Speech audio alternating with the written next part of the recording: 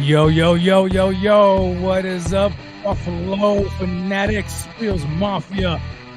What's going on? We are back at it again. Another edition of the BF Riders Club. Hope y'all are feeling good this morning. I'm joined by my man Kevin Siracuse over here on my what side is that? My left or the right side of the screen. Kev, what's going on, man? How you feeling this morning, baby? Good. Beautiful day here in Western New York. 85 and sunny. Probably the hottest it'll ever be at Highmark Stadium this year. I'm not going as, we're doing the show right now. But nonetheless, beautiful day. And I am pumped. We are getting closer and closer to the start of the regular season. That Thursday night game is creeping up on us. And I'm getting pumped. Yes, sir, man. I am pumped, too. We got – and I'm excited because it's Buffalo Bills football, man. It's Bills football. This is the season for it. We've got preseason action coming on right now here in a couple short hours, man. Bills against the Broncos. That's going to be dope. Can't wait for that game. And then, like you had mentioned, man, we're a few weeks away from the kickoff, man. Thursday night football as a Buffalo Bills kick off the National Football League season against the defending Super Bowl champion, the Los Angeles Rams. So it's around the corner, Kev. It is right around the corner. Shout out to everybody right now who is joining us live from wherever you are watching, whether you're watching on Facebook, you're watching on Twitter, or you're watching on YouTube. You're welcome to the show. This is, like I mentioned earlier, this is the Buffalo Fanatics Riders Club. And let's get it, baby. Let's get it, baby. I hope you guys are ready for the game today. Let me know where you guys are watching from. I see the chat already going. I got Ronald Enix in the house, Matt McCoffin in the house. Yo, MD Bishop is on some crazy stuff in here. Let me get rid of this mess going on right now already. Tell you what, man. It's ridiculous. Already. It don't take long at all. Yeah, it don't take long at all, man. But, yo, tell me, man, about what excites you the most, man, about this game today, man? What excites you about it?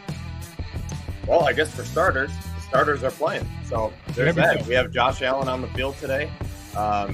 Coach McDermott said that they're going to receive a healthy amount of playing time. I don't know if that means every single starter, like maybe Stephon Diggs and Von Miller. I'm not sure, but it seems like everyone is going to be on the field. That's right, because we've been wanting to see the starters. Like, well, I guess some people are. I guess it's up for debate, right? Some want to see the starters and some don't. I, for one, want to see the starters. I do. I want at least see him for a quarter. I get it, man. It's scary. You don't want nobody to go down and get hurt. And, so we're praying and hoping that nobody gets injured, man, that Josh Allen and the rest of the guys stay healthy throughout this game. But you do want to see them get some live action. You want to see them get a little bit more than just, a series of action. You know what I'm saying? Because like I mentioned before, like the regular season is around the corner. And so you want to make sure that these guys are healthy and that they're good to go, that they've kind of got their football legs under them, so to speak. I think what's interesting, Kev, is that they decided to start to play their starters today in preseason game number 2 as opposed to number 3. Typically they wait until the last game before they allow the starters to play, about a half or so. But they decided to let them play this game number 2. I, for one, think it has a lot to do with the fact that the Buffalo Bills are starting the season 4 days earlier. Right, they're starting Thursday night as opposed to Sunday. So I think that if they had played Sunday against the Rams instead of on Thursday night, then I think that we probably would see the starters next week instead of this week. So what are you thinking about that, Kev? Do you think that has anything to do with it? The fact that their Bills are starting Thursday night as opposed to a typical Sunday kickoff? Yeah, that is a good point. I wasn't even thinking about that, to be honest. I was just looking at it from the perspective of the preseason changed, right? We used to have 4 games, and the third game used to be the most intensive in terms of starters. But I think that's now going to shift to the second game, regardless if you open up on the Thursday or the Sunday, because week 1 is kind of like the warm-up. Week 3 is the cool-down. Week 2 is right in the middle. That's sandwiched right in the middle, which screams starters, for me at least. Right. I don't know how other people see it, but as soon as the schedule came out this year, I was like, I could totally see the Bills starters playing in week 2 against the Broncos because, another advantage of doing that is that they have another week to recover now. And like you said, they open up on Thursday. So it was going to be early regardless. But if someone tweaks something today, and I really obviously hope they don't, but if Yeah, someone gets exactly. a little bit banged up, they have those extra few days to recover as opposed to if they played next week against Carolina. So I think it's Mhm. good because, like I said, even if teams aren't playing on Thursday night, because there are only two teams playing, or are there Right. four teams? Is it What, on Thursday? No, I'm thinking of the Monday night game. My bad. Okay, okay. Um, so yeah, like all other 30 teams, I think you could follow the same script here and play your starters week 2. Yeah, I think that's like I mentioned. I mean, it's important, man.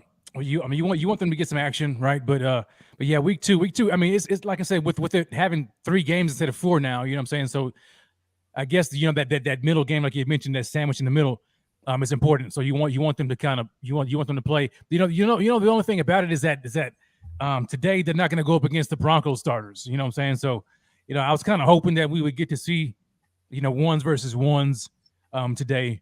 But nonetheless, I mean, as long as Josh Allen and some of the starters are cool, who we don't know all of the starters, right? Who's going to be playing today?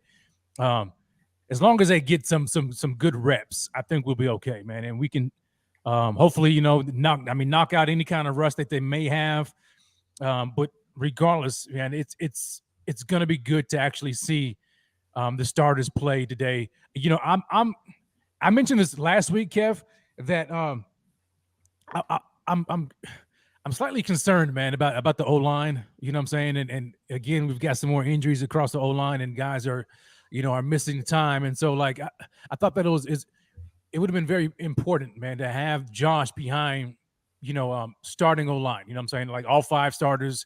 We know Spencer Brown is still kind of battling back from injury a little bit here. And so, like, I think that's just going to hurt, but I don't know, man. I mean, do you have any? Yeah, do you have any concerns, man, about the O line today and Josh Allen, especially Josh Allen playing behind him?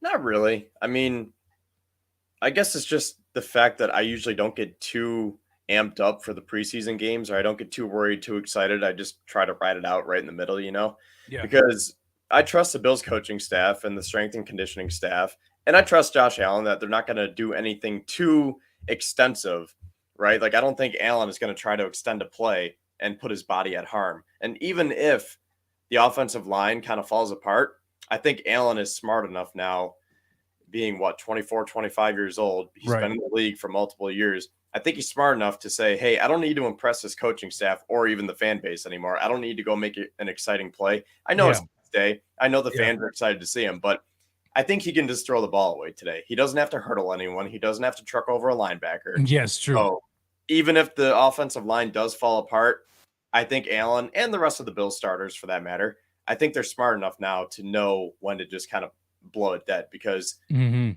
honest, first downs and touchdowns really don't matter today. Yeah, yeah. Let's hope that let's hope they don't get too excited, too amped up, to actually play against somebody else. And they take it easy. You know what I'm saying?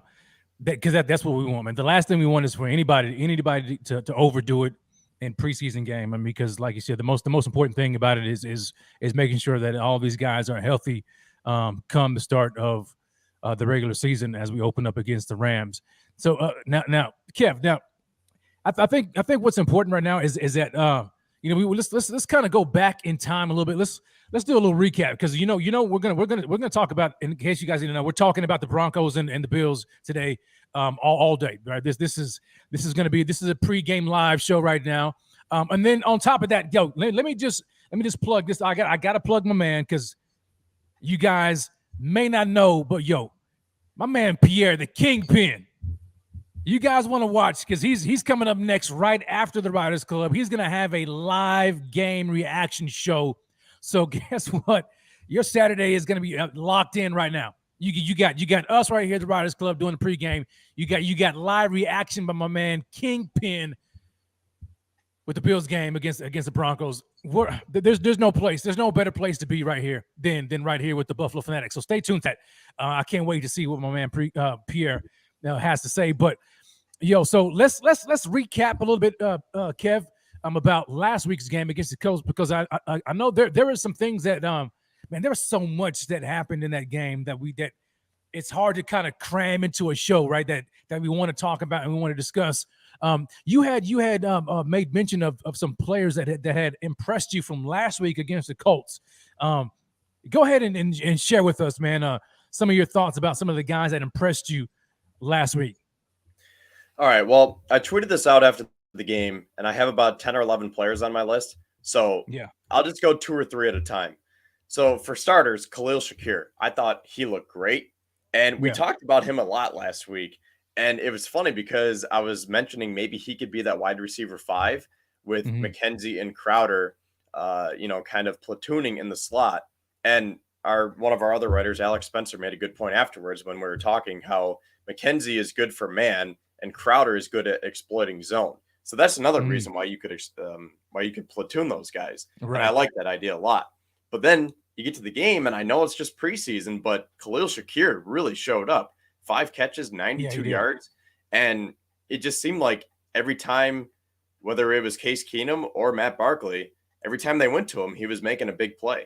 So I really liked what I saw out of Shakir, and I'm curious to see how the Bills use him today and how that translates to the regular season. Yeah, I loved Khalil. I think Khalil Shakir was one of the guys that impressed me the most. I mean, there's a couple of them on here on your list that I really loved, but Khalil Shakir, man, the way he performed that game, the way he showed up, he just didn't look like a rookie to me. You know, I get it. You know, it was against, it's in a preseason game, right? We don't know what's going to happen in the regular season, but by all accounts, Khalil he's not just impressed us, but he's impressed the coaching staff, which is why he's been getting the kind of reps and that he's been getting. He doesn't look like a rookie, man. Like, and neither do any of these rookies. I mean, they all look like they've been here for a while. They got this different kind of poise to them, a certain type of poise to them, and this is professionalism. But they actually bring it on the field. I mean, Khalil Shakir, I'm looking forward to him to having I don't think he's going to have a big year this year because of course he's going to be behind, the likes of McKenzie and Crowder, although he is going to be probably, like they had mentioned before, one of the first guys off the bench, so whether that's wide receiver 4 or 5, I'm not too sure, but he's going to get enough action throughout the season, I believe. But in spots, in spots, he's going to look very good. I kind of can possibly see him like Gabe Davis rookie year, how he just kind of, he flashes in his limited production that he does get, and I mean in his limited role that he has. But another guy that really impressed was Christian Benford. I love Christian Benford, man. Me too. I think this guy is he's pushing. He's pushing. Can we say this, Kev? I don't know, man. Can we say if he's pushing Khair? What do you think about that, man? And we talked about that last week and the week before, I believe, right? Remember, I was like, don't sleep on Christian Benford. And I had never even seen Christian Benford. I just remember covering him for our draft coverage. Yeah. And then I start hearing more and more about him from the Bills beat writers. And then I go to the game last Saturday and I see him live and I'm like, holy cow, this guy looks great. And again, it's just preseason, pump the brakes, yada, yada. But, going over to another guy that, we just mentioned, Khair Elam, he looked great too. And they were playing the cold starters. And I can't remember if both of them covered Pittman or just one of them, but I specifically remember maybe it was Elam that I'm thinking of. I think Elam was on Pittman and Benford was on Pierce.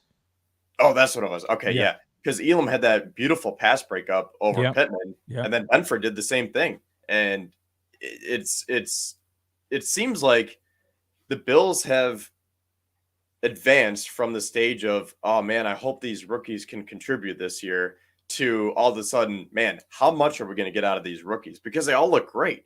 And we can go back and talk about the corners, but just kind of going into the next player on my list, Balin Spector, a 7th round draft pick, and he was flying around the field. And I'm like, man. And again, most times you would say, he's a 7th round draft pick. The Bills will probably cut him. But it's like, how do you cut a guy that is looking this impressive so far? And then if you put him on your practice squad, he could get poached. So the Bills are going to have a really, really tough time coming up. Absolutely. Like you have, I'm glad you said that about practice squad. That what do you think about the as far as like the increased practice squad numbers? I mean, do you think? I don't know, man, because could he be a guy that they protect on the squad? You know what I'm saying? Like, or because I'm afraid, man. Like, because we already heard about it last week, right? Who I'm trying to remember who it was that was reporting, but they had said that after the game they were approached by another GM across the league asking if Christian Benford, I think they're talking about Christian Benford, if he's gonna make the team, because so like GMs already got their eyes on these draft picks, especially some of the lower end draft picks who are impressing. If they're looking at Benford, there's no doubt they're looking at guys like Balin Spector also, man. So like I'm kind of nervous, Kev, about the practice squad. I don't know unless we can protect them throughout the rest of the, what I'm saying, how they do it throughout the entire week. But do you think that he's a guy that just makes the 53 outright, or do you think we can safely stash him on the practice squad? What do you think, man? I'm not sure. Do you know the exact numbers of the practice squad and how many you can keep safely? I don't off the top. Let me look into that. Isn't man. it 16 on the practice squad? I feel like I remember hearing 16. Yeah, if anybody, I don't know the exact numbers. If someone in the comments either. wants to, drop them in there, feel free. Because again, I don't know the exact numbers, but I feel like it's 16 that you can put on your practice squad. Yeah, let me try to pull it up. Yeah, 16 up to 16. Okay, I do know for a fact that they changed the rules for the pup rules. So previously you had to be out for 6 weeks. Now they changed it to 4. So after week 4, you're allowed to come back and play, which brings up another point with Trey White talking about the corners here. Yeah. They might think that he's not ready week 1 or week 2, but you might want to save him for week 3 or 4 and not put him on the pup list, because you could stretch that out and get an extra week or 2 out of him. So I'm curious to see what they're going to do with Trey White, because again, if he's not ready for Thursday night against the Rams, well, maybe he'll be ready week 3 against the Dolphins or week 4 against the Steelers. It is the Steelers week 4, right? So are you saying just keeping him on the roster, don't even put him on the pup to begin the year, and just let him just not dress for the first few weeks? Maybe, but that's a tough call, because then you might have to get rid of a guy like, I don't think they're going to get rid of Christian Benford, but then you go down the depth chart, you have Nick McLeod, Cam Lewis, they got rid of Elijah Griffin, but it's just such a deep roster and depth chart. It's just so hard to keep all these guys. So maybe you do want to put Trey on the pup list just in case. But again, if he's ready, he's obviously CB1. So it's a really, really tough decision, because we're not used to this lifestyle, right? Where before it was just like, okay, these guys are playing in the preseason. They're not going to make a difference for our team, whatever. We'll just get rid of them. And if they get picked up by another team, so be it. But now it's like, no, we're on the cusp of a Super Bowl, and we might need that one player like Christian Benford or Khalil Shakir to put us over the top, and be that exclamation point, the cherry on top for the Super Bowl this year. So that's why it's pretty nice to be in this position, but it's definitely it's a nice problem. It's a nice problem to have, man, because we haven't been there before, But yeah, I mean, so I'm just glad that I'm not Sean McDermott and them, having to make these kind of decisions. Because it's definitely going to be tough, man, to decide who's going to be on the practice squad, who's going to earn a jersey, come game day, who's going to sit out. It's tough, man, because you don't want these guys, because I guarantee you they're going to get poached, man. They're going to get poached. I don't think you can hide Isaiah Hodgins on the practice squad anymore. I think he's gonna go. You definitely can't put Balin Spector. I think these guys are going to get poached, man. I really feel it, man. If we already have eyes on these lower draft picks already, especially on a guy like Christian Benford, there's no doubt they're looking at the rest of our players as too, man. So it's going to be tough. It's definitely going to be tough. Another guy that impressed, man. So we talked about Khalil Shakir, Kyer Elam, and Christian Benford, Balin Spector. There's another linebacker, man, that showed out as well last week. And that's my man, Terrell Bernard, man. Bernard, dude. Oh, my gosh. Another rookie again. That it seems like the Bills hit a home run on. And I know there was that one play. I did see him get beat. He was in the slot. I mean, that's tough because he's, in the slot covering a quick receiver. But the main play that he made was the fumble recovery for the touchdown. Right. So that was pretty cool to see him flying around the field. And again, like I just said, another rookie that's going to make this tough, because you look at the linebacker room and try to translate into Balin Spector. It's going to be Edmonds and Milano, right? Those are your starters. Yes. And then you have Terrell Bernard and Terrell Dodson. And then it gets tough because do you keep Tyler Matakevich? The Bills love him for special teams. Oh, you got to, man. Yeah. Yeah. But then there's Balin Spector too. And it's interesting because let me pull up the snap counts here, but Spector played a lot of special teams. He was on a lot of kick coverage. And I was thinking about this. I see where you're going, Kev. I love my man. I love my man, Tyler Matakevich, and I know the Bills do too. But I'm just throwing this out there. He has, I want to say, a $3.2 million cap hit. Okay. What if the Bills decide that Balin Spector is ready, or any other guy for that matter, to take over Matakevich's spot on the 53-man roster in terms of special teams? What if you save that $3 million and go sign Odell Beckham Jr.? Oh my gosh. Hold on, Kev. Hold on, Kev. Hold on. Yo, I wasn't expecting that one. Okay. Wait a minute. Again, I love Matakevich. I don't want the Bills to cut him, but I'm wondering if that's an avenue. If they're short on salary cap, I feel like they have $4 million in cap space right now. Yes. Because they don't count the top 51. So I'll have to double check on Spot Check. But last I knew, they're at $4 million with the top 51. And if they want more money to sign someone like OBJ, I wonder if that's feasible. You know, you cut your fifth linebacker who probably won't see the field other than special teams and go sign Odell. Kevin, hold on, man, dude. Oh my God. So do we cut our fifth linebacker? So you're talking about cutting Tyler, right? Matter. And then using that money to sign Odell. Yes. Oh my gosh. I never thought about that before. I know. And that's why I brought it up, because I love Matakevich. I do not want him off this team.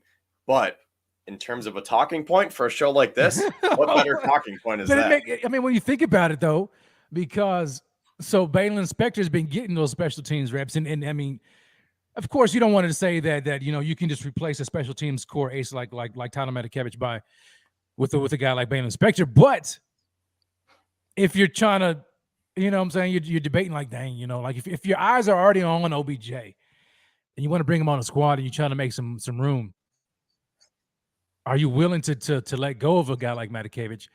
Plug in Balin Spector, a rookie guy, though, but he's been playing special teams, get him developed throughout the season. But you got a guy like Odell Beckham who can help push you over that. I like that, Kev. Isn't it I tough? do like that, man. It's a great I would probably talk. do it. I ain't gonna. I would probably do it. It makes sense to me, man. You got me sold. I think, dang, but I like Tyler. I like Matakevich, man. I know, and I met him this summer. Like, he was the coolest guy. That's what I'm saying. I don't want to do it. I love Matakevich, but it's definitely makes me think, because who else is on the bubble that has that big of a contract? Yeah. That big of a cap hit. You know what I mean? That's why I brought him up, because you're not going to say, oh, let's cut, Gabe Davis, or let's cut Stephon Diggs for OBJ. Like, no. Matakevich is the only one, I think, that makes sense for that. Maybe Cody Ford. Yeah. I would have to check his cap hit, but I think Matakevich is more than him. So I would definitely rather cut Cody Ford to go save money for OBJ than Matakevich. But true that. Again, it's just a numbers game. It's about money. Yeah, it's about money. So look, man, look. You obviously have people who just can't stand the idea of bringing Odell Beckham to Buffalo, and I get it, man. To each his own, right? But we're talking about winning the Super Bowl, and when you cannot with straight face say that Odell Beckham Jr. on this squad would not make the team better. You can't say that with straight face. You can't do it. When we saw him last against the Rams, with the Rams in the Super Bowl, if he had not have gotten hurt, he was well on his way to becoming the Super Bowl MVP. He was the catalyst for that team that actually put them in position to win that game. Before Cooper Kupp in the fourth quarter came on, before all that happened, it was Odell Beckham Jr. That man was unstoppable until he got injured. So a healthy Odell Beckham, fully healthy, on this roster, making a Super Bowl push. Look, we're essentially going to be renting him for the year, okay? Why would you not want him on the squad if it helps us win the Super Bowl? I'm not talking about him taking over for Gabe Davis or anything like that. But when you just think about the weapons and the mismatches that it presents other teams as we make this push, Stephon Diggs, Gabe Davis, Odell Beckham Jr., who's stopping that three alone? Not to mention Isaiah McKenzie, Jamison Crowder. And we haven't even touched the tight end room with Dawson Knox and O.J. Howard. Come on now. Like, you know what I'm saying? Like, we're not expecting Odell to take a huge role. It's just whatever role it is, it could be just spot duty or just enough to put on the field to make other guys have to take account for him, right? If he helps you, why not do that? You know what I'm saying? Like, at this time, it's about capitalizing on this Super Bowl window. For me, that's what it's about. I'm just about willing to do whatever it takes, because another thing we have to consider is this: these windows close. You know what I'm saying? Like we can't expect that this window is going to be open forever. Granted, Sean McDermott, Brandon Beane has built a team, a competitive team that will likely compete for years to come. But you also have to take into account just the cap money, right? So right now we're okay. But guess what, man? When these balloon payments come through, like my man Diggs next year, cap hit is going to be over $20 million. Okay, not to mention Josh's huge cap hit is going to be close to $40 million, if I'm not mistaken. So we got a lot of balloon payments coming up. Okay, and then we got Jermaine Edmonds, who's going to be due at the end of this year that we got to pay. So we have to capitalize on a Super Bowl window right now when we can. I am okay with bringing Odell Beckham Jr. if he helps make this team better, and we can, at the end of the day, hoist about tell me this.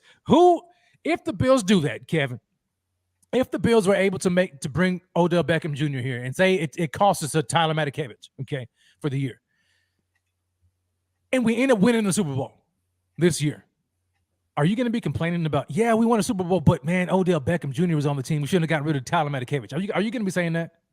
You probably just feel bad that Tyler didn't get his ring, but I think everyone would be so happy that they won the Super Bowl that you wouldn't care, right? Yeah, no, you're right. Yeah, nobody's gonna be like, I can't honestly think of anybody who's gonna be like, dang it, but we got rid of Tyler. Dang it, but man, Odell, yeah, we won a Super Bowl, but I didn't want Odell Beckham on the team. I don't think anybody's gonna be saying that if that happens. So my point is, it's about winning, and you got to capitalize on your window right now. I have anyway, things to say about that real quick. Yeah, go ahead. So I saw someone in the comments bring this up, and I like this idea. So I will just try to combine both ideas here. Yeah. David mentioned re-signing Jordan Poyer. And I think I would almost rather take that avenue if that means we could keep Matakevich. If you extend Poyer, turn that cap hit into a signing bonus to save money for Odell. So if you can keep Matakevich, re-sign / extend Jordan Poyer and get Odell, then that's better right there. Because that's a better option. Yeah, definitely, right? You know what I'm saying? If Brandon Beane can do it, and if he can pull it off, he's a cap wizard. We know he is. Then I'm all for it. You know what I'm saying? But we're just, like I said, we're just throwing out options here. Like I mean, would you? Because I'm sure these are the kind of conversations that Beane is likely having. Okay, well, could we do this? And if we, were to bring him on, I mean, could we cut this guy, and would it be worth it? And this and that, you know what I'm saying? So like they have to have all of these kind of conversations. Shadow Speaking comes in with the super chat. Shadow, appreciate you. So Shadow comes in asking, how much would you pay him and how many years?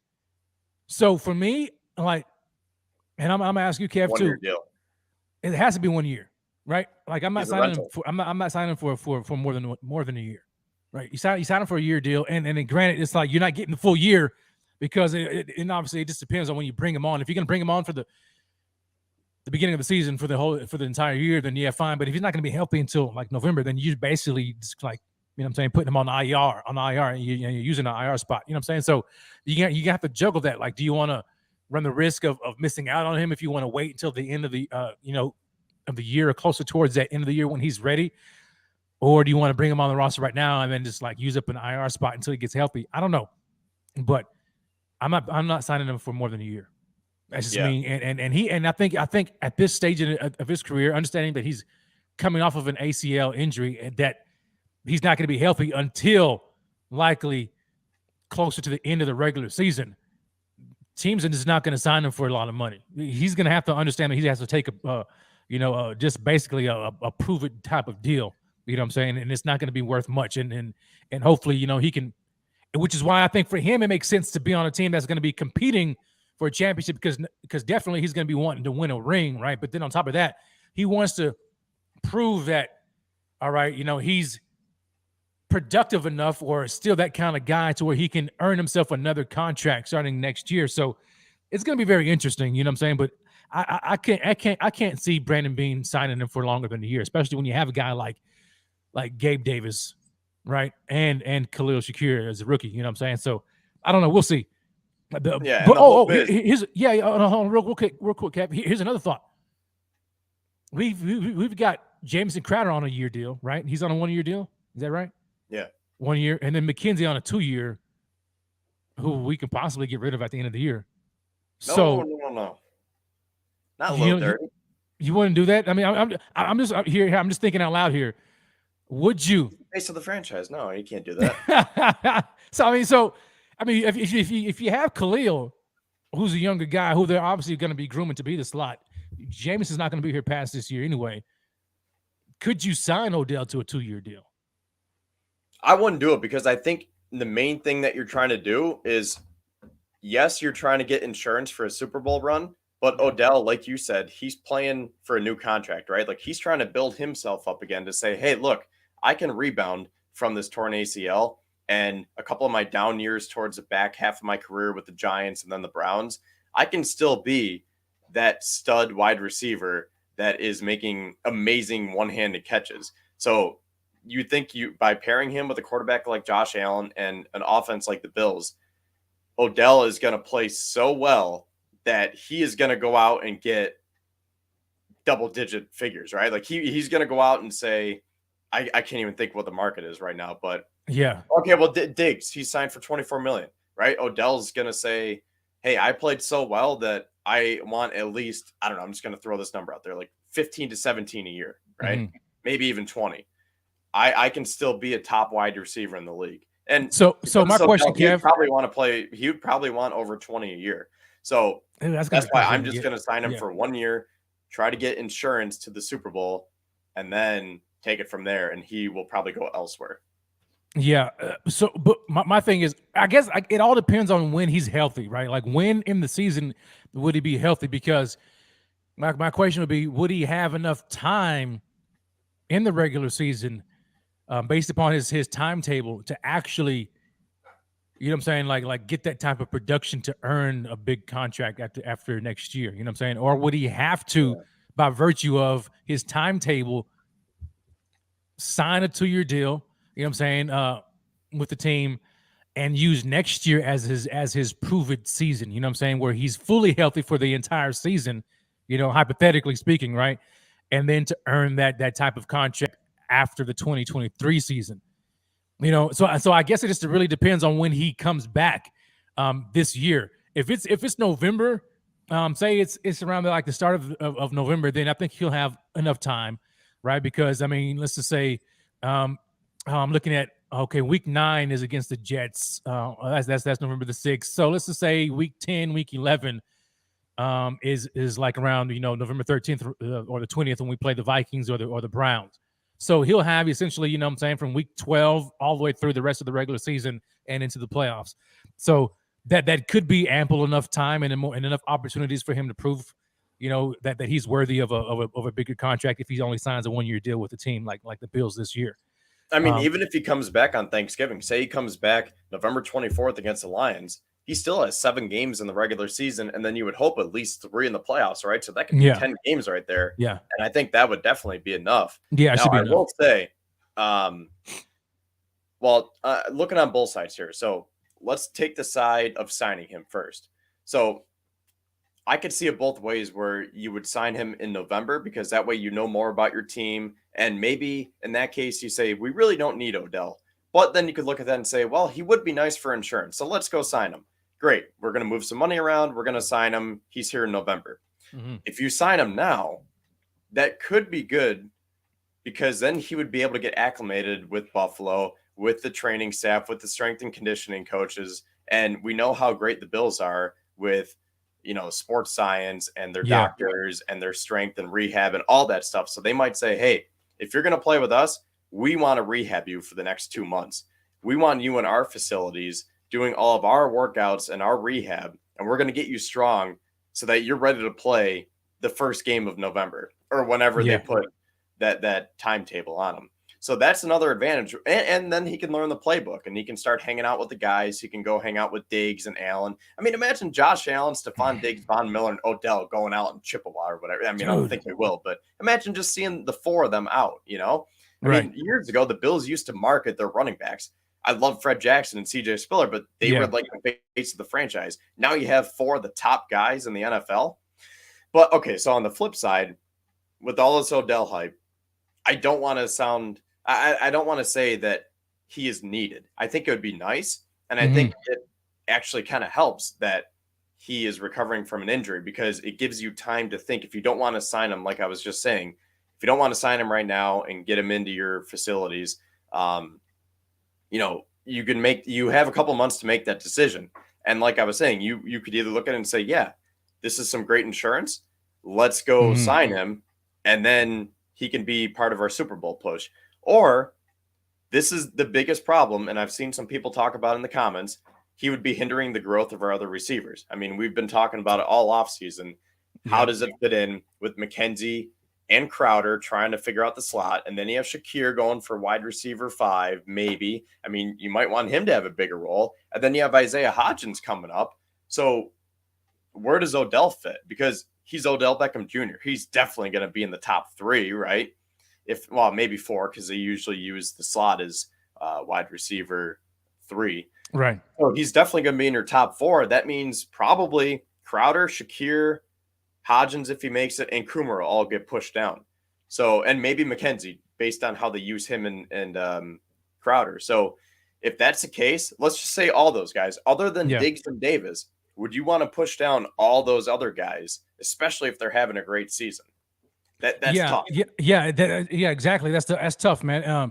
And especially like so Davis is my guy. I love him. You know what I'm saying? And I don't want that. But I think Odell will have to understand that coming in, where he fits. I mean, like, this is the Bills. Like, you know what I'm saying? Like, do you want to – this is a loaded roster.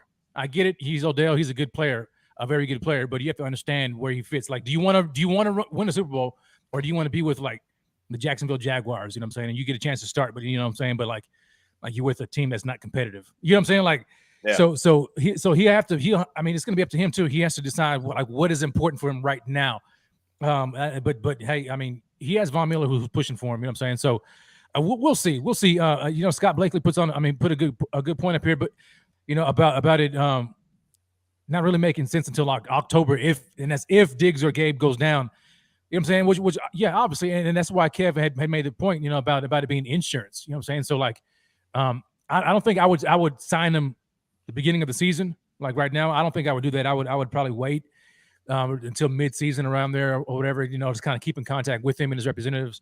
And see, it's definitely not a desperation move, right? So if he happens to get picked up by somebody else before then by all means, fine. We're not hurting. You know what I'm saying? But hey, the window, the door's open. You know what I'm saying? If we can make something happen later on in the season. And if you really want him that bad, the other advantage of signing him now, in addition to getting him into your own facilities and getting him acclimated with the offense and his teammates, would be to prevent him from signing elsewhere. Like if Baltimore is a team that needs a wide receiver, and you might play them in the playoffs. It's like, man, they have Odell now. We could have had him. Or even going to the NFC, someone like Green Bay. I don't know. I don't think they're too high in the odds for signing him, but still, you get the point. If you just never know, man. Reach a Super Bowl, and if the Packers reach a Super Bowl, what if Odell's on the other sideline? Those are the things you have to think of. But definitely. I think if it were up to me, as of now, I would roll out the wide receivers that we have. I would leave Matakevich if I could, and then. I mean, maybe even during the season, if they want Odell that bad and say, hey, he's rehabbing well, and maybe we don't like our wide receiver room, maybe it's not what we thought it would be, let's go sign Odell in November. Maybe that's when you can work on that Poyer extension and turn some of that cap hit into money for Odell. Right. Yeah, so, I mean, there's no reason for everybody to kind of get their draws in a bunch, you know what I'm saying? Like you know what I'm saying? You don't have to worry about nothing like that. We're just talking.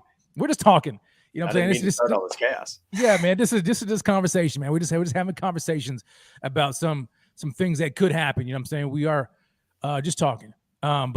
Yo, my man Dante Jenkins comes in with the super chat. Dante, appreciate you, man. Yo, he says I got $4 on his card, and I want BF to have half. All right, I appreciate you, Dante. So somebody said, yo, Odell is good for 9 or 10 plays. Come on, man. Come on.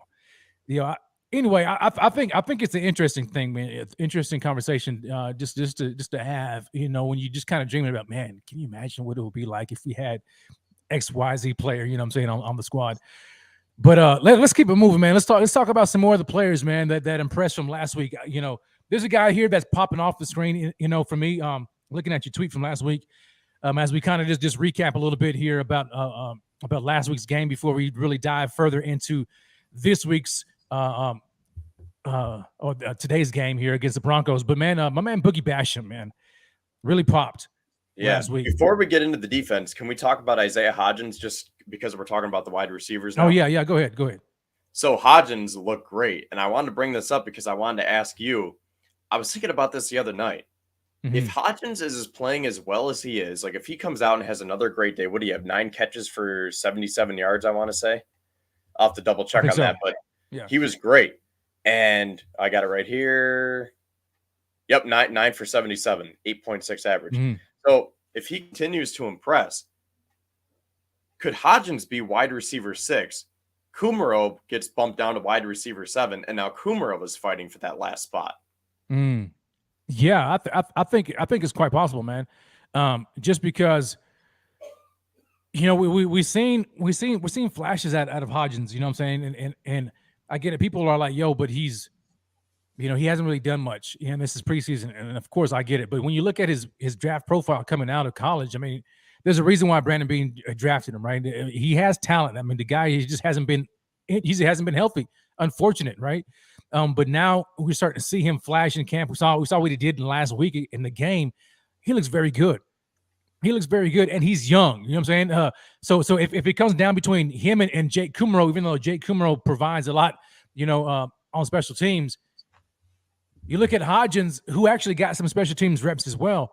But Hodgins is a younger guy, 20-something. I can't remember. I think he's 23, 24. But Kumerow is 30. You know what I'm saying? He's 30 years old. So I think if it's up to Sean McDermott, you know what I'm saying, and it comes down to those two, I think he would likely go with the youth. You know what I'm saying? Because they've drafted him, they've developed him. They would love to give him a chance. You know what I'm saying? And see him really earn that spot. And if it means pushing Kumerow down to 7, then so be it. I mean, he's a 30-year-old receiver who's been doing well for us on the on special teams. But when you got a guy that you drafted and developed, and he's finally starting to show he's being healthy, I think you have to kind of, give the nod to the youth there. And the also thing with that is, sorry, I didn't mean to cut you off, but we kind of know what Jake Kumerow's ceiling is, right? We don't know anything about Hodgins. So he has all this upside, all this untapped potential. And do you want to go with the 30-year-old who has already hit his ceiling, or the 23-year-old who is still rising? And I will say, Hodgins played 35% of the snaps last week on special teams. So he might be able to take that Kumerow role, because know that the Bills love Kumerow for special teams and for run blocking, but it looks like Hodgins might be able to do the same. Yeah, I think he definitely can. So what's interesting, man, is that it seems, now that we're talking about it, it seems like Sean McDermott and the coaching staff are already looking at these young guys here to see if, and this could be Beane too. Well, let's see.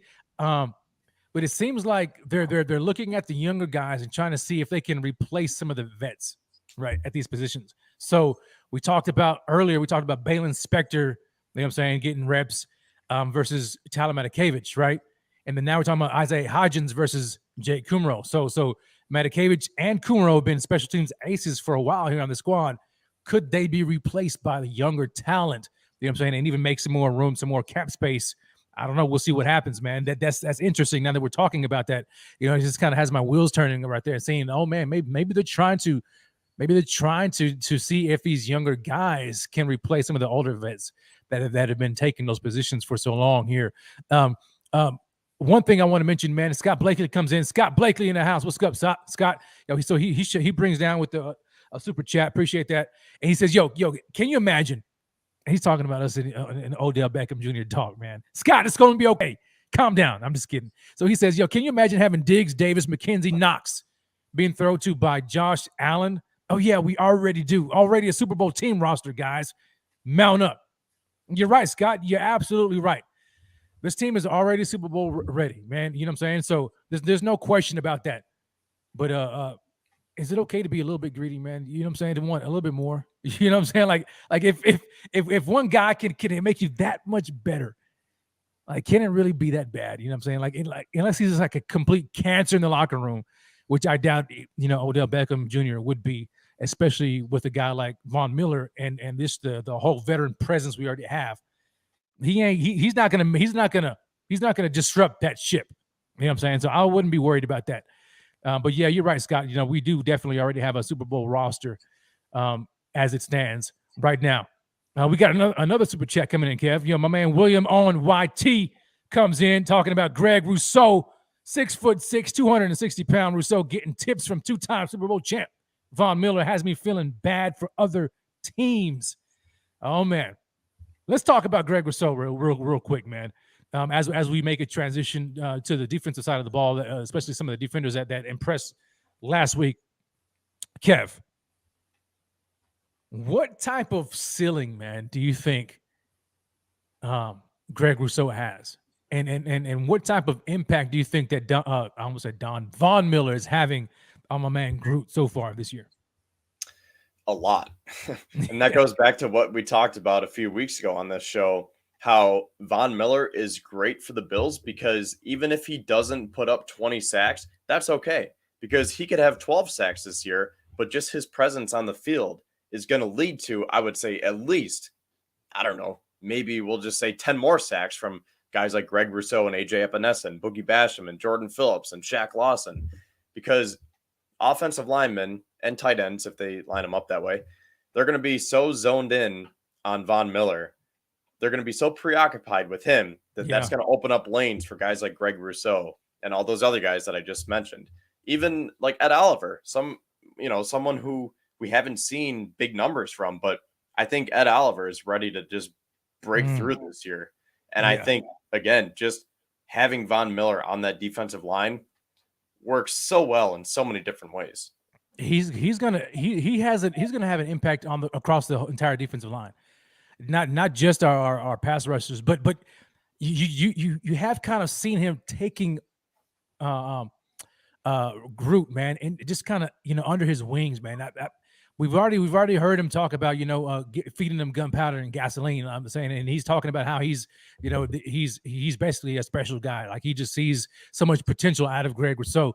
So for him to be, grabbing him under his wings, man, and really just showing him the ropes means a lot because I think it says a lot by a guy like Von Miller, first ballot Hall of Famer in my opinion when he retires, no doubt. Looking at Greg Rousseau and giving him tips and giving him extra pointers and stuff like that, I think it says that he sees a tremendous amount of potential in this kid, man, and who hasn't even really grown into his body yet, right? He hasn't even really grown. Even he's gained some weight, but he hasn't really filled out yet. This guy is going to be a force for years to come. I'm not too sure how. I don't know if he's going to be like a huge sack production guy, though he might. But I think he's going to win in other ways. You know what I'm saying? He's going to have to win differently. If he wants to be a sack guy, he has to win differently. I think he's going to be that speed edge rusher because that's just not his game. But man, winning with power, length, technique, I think is going to go a long way for Greg Rousseau. He's already at a young age, early in his career, he's already one of the top guys in the National Football League when it comes to just stopping the run, man. I mean, that guy, where did he? I'm trying to remember what he ranked last year. In that category when it came to stopping the run and setting the edge, but he was phenomenal last year in that regard, phenomenal. So if he can just improve his pass rush, oh my gosh, man, sky is the absolute limit for Greg Rousseau, man. I'm looking forward to seeing more out of him. Now, another guy that you mentioned that we'll get back to here now, and another guy that I want to throw in there. You mentioned Boogie Basham. Yes, I was sir. impressed with Mike Love too. Yeah. He's another guy that's just totally forgotten about because the D line is so stacked right now. And Definitely. Mike Love is a classic example of a guy that has a ton of talent, but he just can't break through because the Bills are so loaded where you could put him on a team like the Texans, the Jets, and he might be a starter or a reliable backup.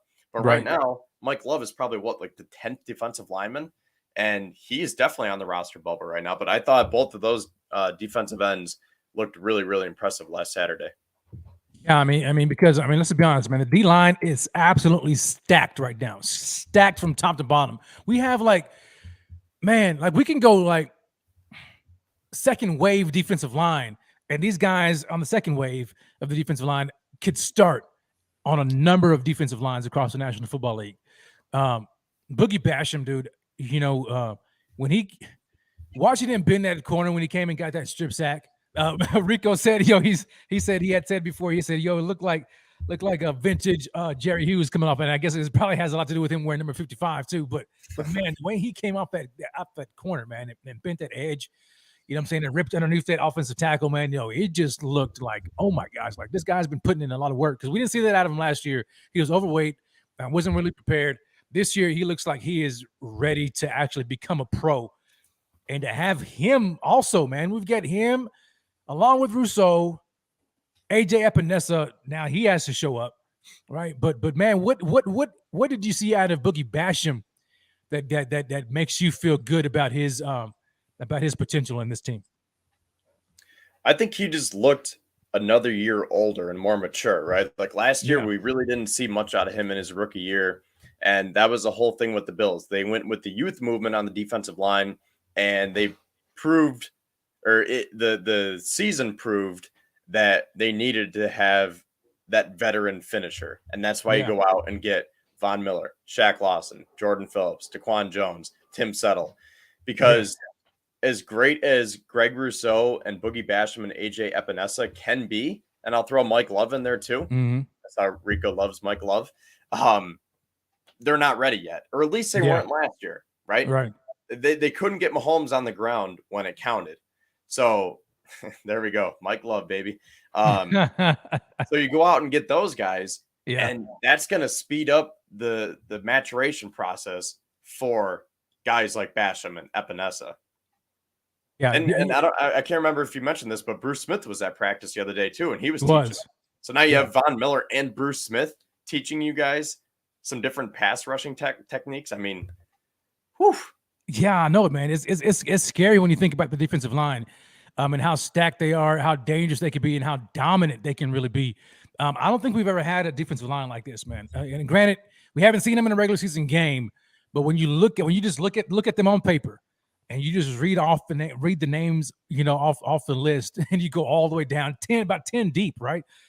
It is very scary, man. Very scary. And you had brought this guy up, man, and we have to talk about this guy because this dude, last game, man, he just oh my gosh, man. My man Tim Settle abused Quentin Nelson. We said it last week. I'll say it again. That guy made Quentin Nelson look like some scrub. And we know Quentin Nelson ain't a scrub.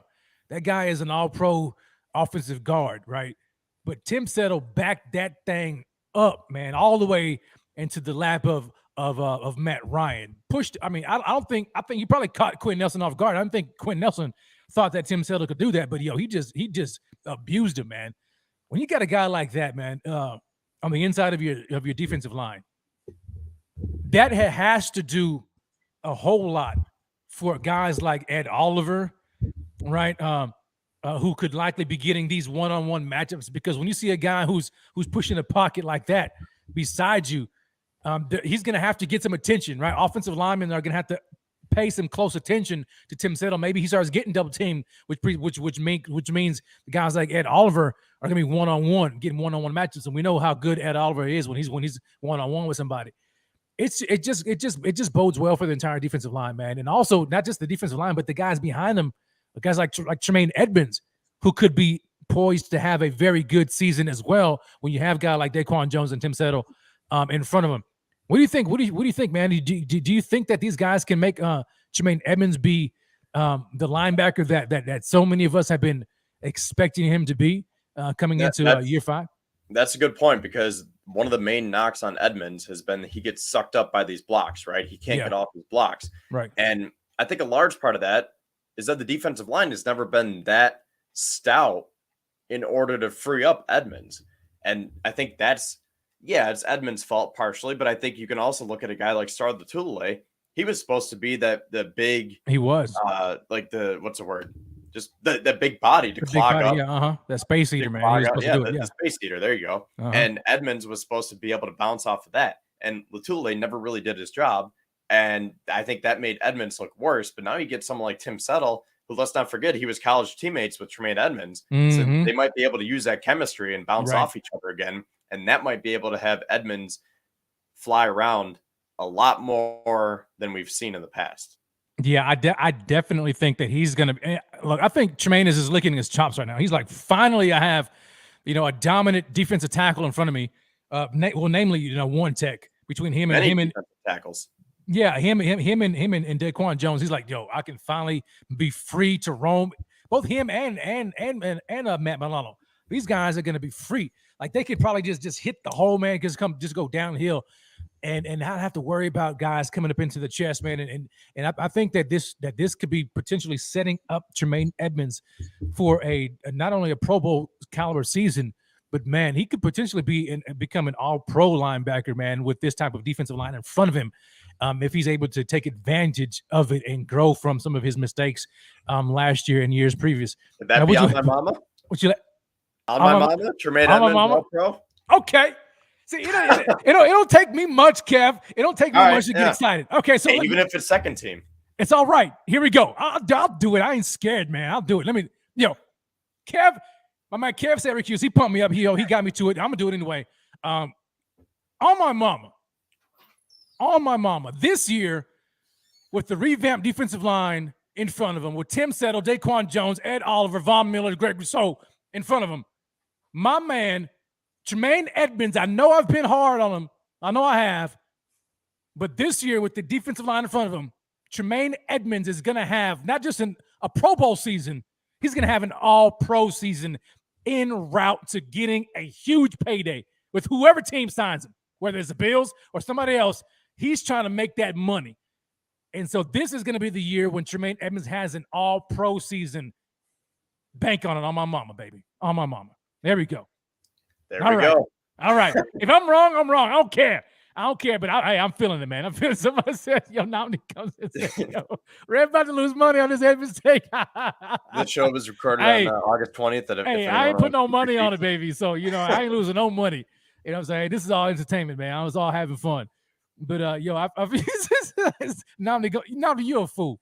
He said, yo, your mama ain't co-signing this. I got good credit. I don't need my mama to co-sign for me, baby. You know what I'm saying? But no, anyway, man. I got somebody agreeing with me. Scott Blakely in here. He says, yo, I agree with Rev on Edmunds' take. There we go. There we go. So we'll see, man. We'll definitely see. Rev, we got about 15 minutes left for today, right? Yes, yeah. So let's transition now, man, to today's game, man. So wait. Sorry, I was going to say we'd be remiss if we didn't mention the punt god and the special teams. Oh man, we all saw the punt god. We all saw him with that 80-something yard boot, right? You know what I'm saying? I think everybody was excited about that. You know what I wasn't excited about, Kev, was the fact that you ghosted us, man. Because I'm gonna put you on blast, man. Because you talking about you said it was on my. You said, hey, I promise, man. If the punt god gets on the field, I am going to go live. I'm going to record a video, and I'm going to get everybody juiced up and excited about the punt god. You didn't do it.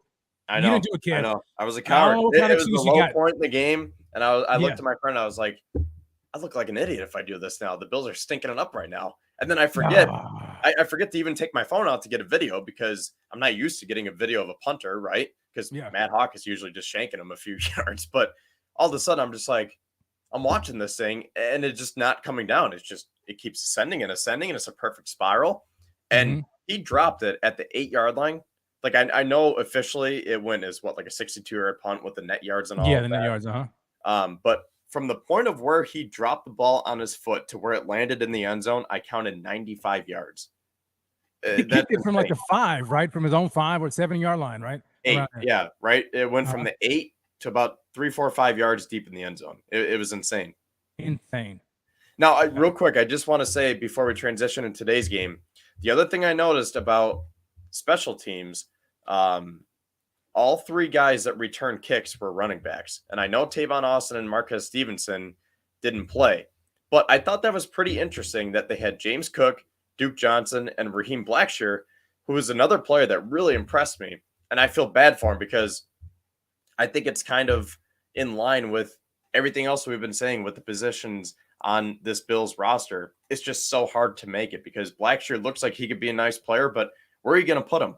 And maybe they like Duke Johnson as a kick returner, but again, how are you going to have room for that? Because I think Zach Moss is kind of leading the way right now because he could be that big third down back for short yardage. He looks better. He said he feels better after his ankle. And to be honest, from sitting up in the stands, it looked like Duke Johnson was a step slower than the other guys like Blackshear. You can just tell. I mean, he's 28 years old. Yeah. So maybe Duke is the odd man out. But again, it's just going to be so tough because then you have a guy like Blackshear coming up. You have special teams to think about, kick return duties, punt return. I don't know. It's the numbers game, man. It's going to be tough. I like Blackshear. I think they may stash him on the practice squad. He may be a practice squad candidate. I don't know. Sure. Yeah, I don't know about Duke Johnson, man. I don't know about him making the team, man. I don't know. If they decided, I don't think they'll put him on the 53. I mean, on the practice squad. He's going to get scooped up by another team. I think it's going to boil down to him and Zach Moss. You know what I'm saying? Like who they want to keep. I think they're going to lean towards Zach Moss because he provides something different. You already got James Cook, who has a similar skill set as Duke Johnson, much younger. He's already been flashing. So Duke Johnson may be on the outside looking in and stash Blackshear on the practice squad and just go into the year with 3 running backs. When you look at Motor, Cook, Moss, Taiwan special teams, Blackshear practice squad. That's kind of what I'm thinking. But you know, we'll see what happens, man. But we are an hour and some change into the broadcast, into the show right now. Do me this favor, man. If you guys haven't done so already, smash that like. This is the Buffalo Bills pregame. This is a pregame show by the Buffalo Fanatics. We are brought to you by the Buffalo Fanatics. This is my man Kev Siracuse here next to me. And Kev, as we transition into today's game, I want to ask you, man. Who excites you the most, man? Because the Bills are going up against the Denver Broncos. A lot of the starters now, we don't know exactly who, but we do know that Josh Allen is playing. What excites you the most, man, today? What are you excited the most, or who are you most looking forward to seeing?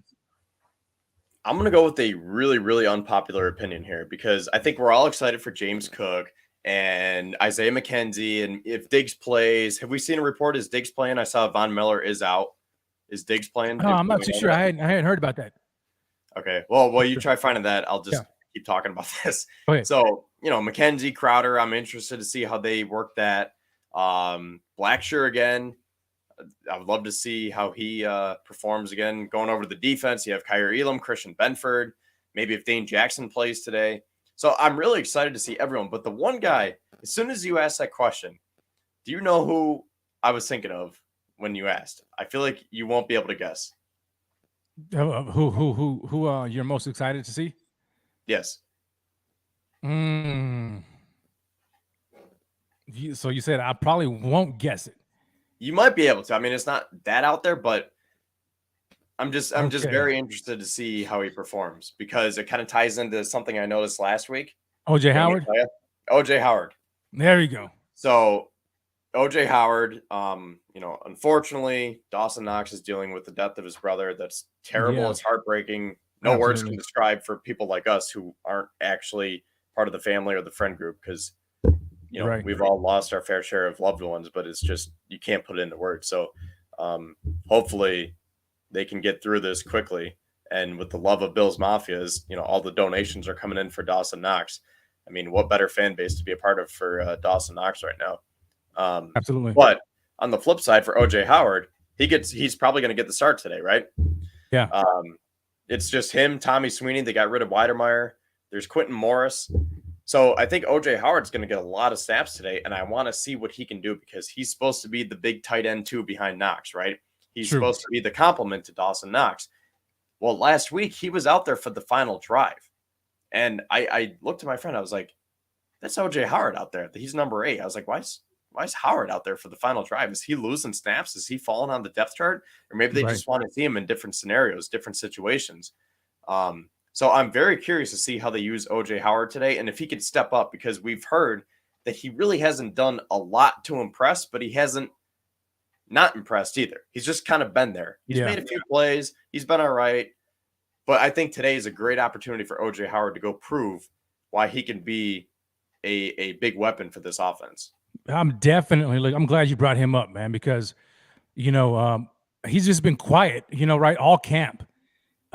He just hasn't, he hasn't flashed. I mean, there's some things, I'm not too sure what's going on, but this is his chance, you know what I'm saying, to actually show all of Bills Mafia and just to show the coaching staff like why it is that Brandon Beane brought him on the squad, because fully healthy, man, a guy like OJ Howard, he's a very good tight end, man, and you pair him with Dawson Knox. Just what he provides. He's a big guy, too. The dude's huge. I mean, Dawson Knox said he's like, the guy's massive. And so we're gonna get a lot. We're gonna see a whole lot of OJ Howard today, and I hope he plays quite a bit. You know what I'm saying? Between him and I think Sweeney, right? He's gonna be playing too. We'll definitely see, man. But OJ Howard is a guy that we definitely need to see a whole lot more from, because I don't want that to be a waste. You know what I'm saying? That guy, man, I mean, he has so much potential, right? You know what I'm saying? And so when you think about him with Dawson Knox, it just makes you just like, oh my gosh, just dreaming about just, what could be and what could happen. Who's another guy, man? Who's another guy that excites you on this team, especially in this matchup as we get ready to close out the show here in the next 5 minutes or so? Well, I'll go over to the defensive side now, and I really want to see what Christian Benford can do again. Can he do it for a second week in a row? Yeah. Because he's been getting a lot of hype, and we talked about it in the beginning of the show with the loaded cornerback room now, right, depending on what happens with Trey. And Dane didn't dress last week, so that seems like – and actually Sal Capaccio said that Leslie Frazier said at his Wednesday press conference that Dane is ahead of Elam he did say that. Right now. So right now, let's assume Trey does not start Thursday night against the Rams in a couple weeks.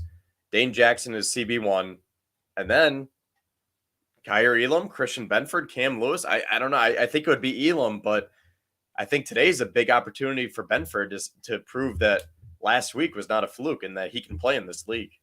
Yeah. I definitely think that Christian Benford is going to get some attention this week. I do like the fact that you brought up what happened with Leslie Frazier talking about Dane Jackson, because somebody had asked that question, in the press conference about, Dane Jackson being out, last week, and why was that happening, and they didn't want anybody to like read in between the lines, right? But he just said, we've seen enough out of Dane Jackson. Like he's basically a lock for us. We want to see more out of the younger guys. So it's Kaiir Elam versus Christian Benford, and we're going to be able to see those guys throughout the rest of preseason. I think he did also say that we will see, some snaps, from Dane Jackson as we get closer to the regular season. But it's definitely, man, all about those two young guys right there. And so I love those guys. I want to see more out of Khalil. That guy, man, he just so impressed me last week, man. I want to see him definitely. But all of the young guys, all of the rookies, these guys are they're playing phenomenally, man, phenomenally. Obviously, I want to see Josh Allen, but we know what Josh Allen's going to do. I'm curious to see his rapport with some of the other receivers. I wasn't able to see if Diggs is going to play. He may or may not, but I want to see his rapport. I also want to get my eyes on James Cook. I missed him last week because I wasn't able to watch the game until like late in the first quarter. So I missed him. I want to see him, and I also want to see Zach Moss too. With these guys, I want to see him improve. But there's so much to look forward to, man. This game, but you guys tune into it, man. This game is gonna be off the charts. It's gonna be good. Josh Allen starting, baby. Knock on wood, pray that he stays healthy, that nothing happens to any of our starters. And so let's move on with that. Guys, that's going to be the end of the show, and we're shutting it down because my man Pierre the Kingpin is coming up right after this, man. Right after this, starting very soon, baby. Very soon, because he's going to have a live reaction show that you guys do not want to miss. The Kingpin, baby. The Kingpin is coming up right now. And somebody had mentioned in the comments, they called me out. They want me to say this. Where's it at? Because they were like, yo, Rev, I'm getting a here it is. Jay comes in and says, yo, Rev, can you go Herm and say, yo, you play to win the game? Because I'm getting a Herm Edwards vibe. Okay. So I know people are like, yo, it's not about winning, you know what I'm saying? Preseason, you know what I'm saying? Nobody cares about winning, you know what I'm saying? It's just about seeing the young guys perform. We didn't care. I mean, we cared about it last week. But guarantee you the team cared about it last week. They came on strong and closed us out with the dub at the end of the game to remain undefeated in preseason game starts. But you know what? For everybody who's talking about, yo, it's not about winning in preseason. No, you play to win the game. That's what it is. You play to win the game. And the Bills are playing to win the game. Every time they step on the field, baby, you can guarantee that. How was that, Jay? How was that? Yo, that's going to do it, Kev. I appreciate you, man, for joining us, baby. Man, yo, this game is going to be nice, man. This game is going to be nice. I'm excited to see Josh Allen and everybody else. You guys, stay here. Stay tuned. Don't go anywhere. Don't go anywhere. Keep it locked right here on the Buffalo Fanatics because, yo, I guarantee you, my man.